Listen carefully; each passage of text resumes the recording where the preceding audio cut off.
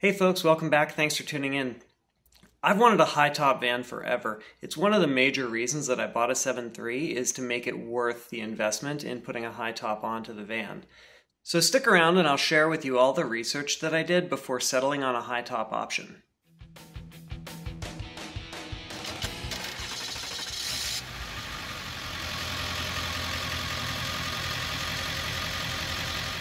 I see a lot of 7.3 Power Stroke Econolines out there with tons of maintenance, modifications, and upgrades done on the motor and drivetrain, but many of them still have a factory low top.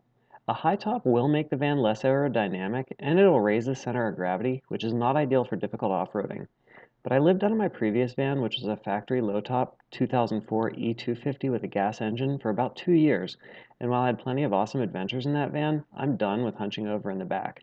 I bought the 7.3 diesel van as a solid platform to build a capable 4x4 adventure vehicle, and part of that means being able to hang out comfortably in the back of the van. I'm about 6 feet tall, and I want standing headroom after insulation and finish trim, which means I need about 76 inches in total height. The stock interior height of a 4th generation E-Series van is about 52.5 inches in the cargo area, so to meet my needs, a top needs to be at least 24 inches tall. There are two general categories of high tops available: pop tops and fixed height tops. Pop tops have a few advantages, namely that the van has a lower profile, a lower center of gravity, and is more aerodynamic when the top is down. I don't really want to have to set up my top every night though. I prefer to have my whole setup ready to go. The cloth sides of a pop top are generally not as well insulated as a rigid top. And then there's the price. I know of two options for aftermarket pop tops for E-Series vans: Sportsmobile and Colorado Campervan. Sportsmobile starts at an eye-popping $13,000 for what they call a penthouse with no frills. And if you think that's a lot, brace yourself, because Colorado Campervan is asking almost 18 grand for their base extended pop top. I don't have that kind of cash for this build, and I prefer a fixed high top anyway.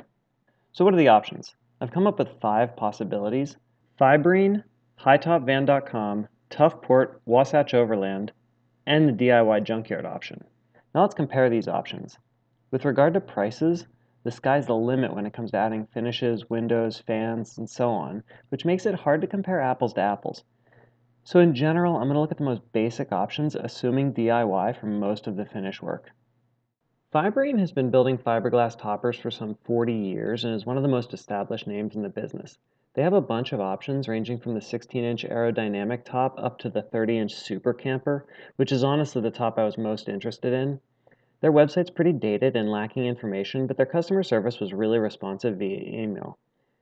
They're located in Southern California and do installations on site in a day. They're also one of the only places you can buy a brand new top and have it shipped or pick it up to do a DIY install. But as one recent forum post explained, they make you jump through a lot of hoops. When I emailed them for details, they said you need to have a flatbed or a U-Haul and they don't allow strapping to the top of a van for transport. If you have them do the installation, they require the van to be empty and in cargo state, with everything stripped out of the back, including the headliner. Overall, the reviews I've read have been really positive with regard to quality of construction. I emailed them for a quote back in 2019 for a 30-inch super camper top, and it came in at $41.50 for a standard body and $43.50 for an extended van, plus $8.50 for installation, so about $5,200 before taxes. It sounds like installation has jumped to around $1,500 since, so as of now I think it's safe to estimate around 7 grand total after tax for a Fiberine top with a basic installation. The next option I've seen is hightopvan.com. This relatively new outfit is a young couple in Washougal, Washington, which is just north of Portland, Oregon, who are building and installing 24-inch high tops for a variety of vans. They're doing a ton of social media marketing, and in general, folks seem pretty pleased with their work. I asked them for a quote this fall, and the owner, Micah, replied to me asking if I was available for a phone call, which I wasn't at the time. So I asked for a few more details via email, to which I never got a reply. So all the info I have is from their website, which lists a 24-inch extended E-Series van top at $3,600 before installation.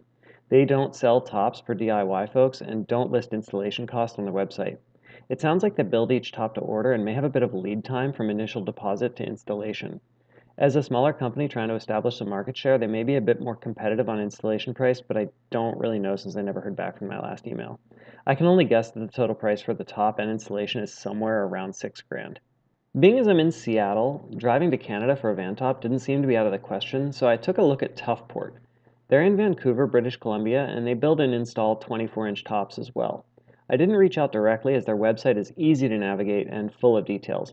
They do not sell to DIYers, but they're pretty competitive on price and they do installation in a day. Their basic utility install for an extended Econoline comes to just under $4,000 US.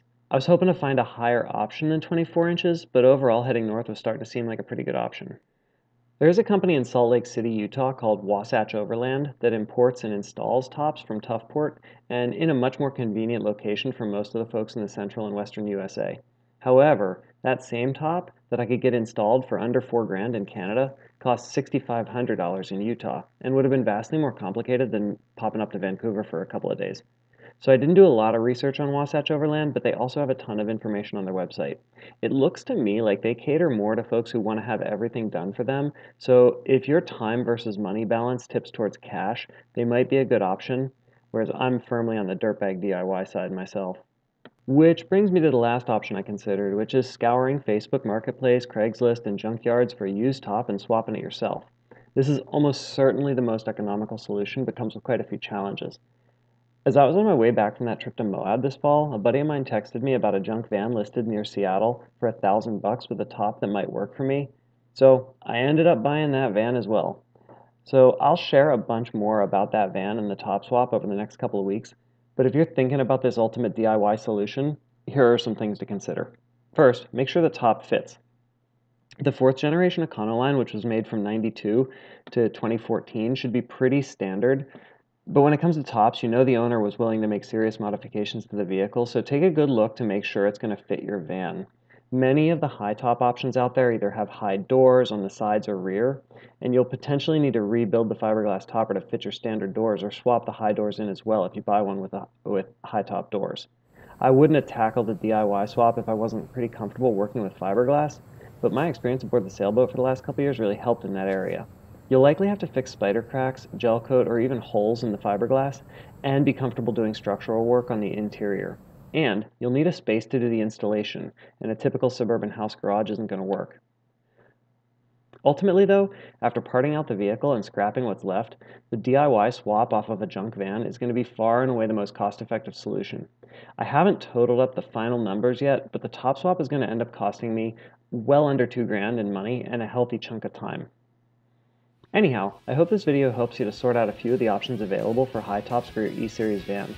If you know of an option or pricing that I missed, please share it in the comments so this can be an up-to-date resource for other viewers. And if you found this helpful, please hit the like button and subscribe to the channel.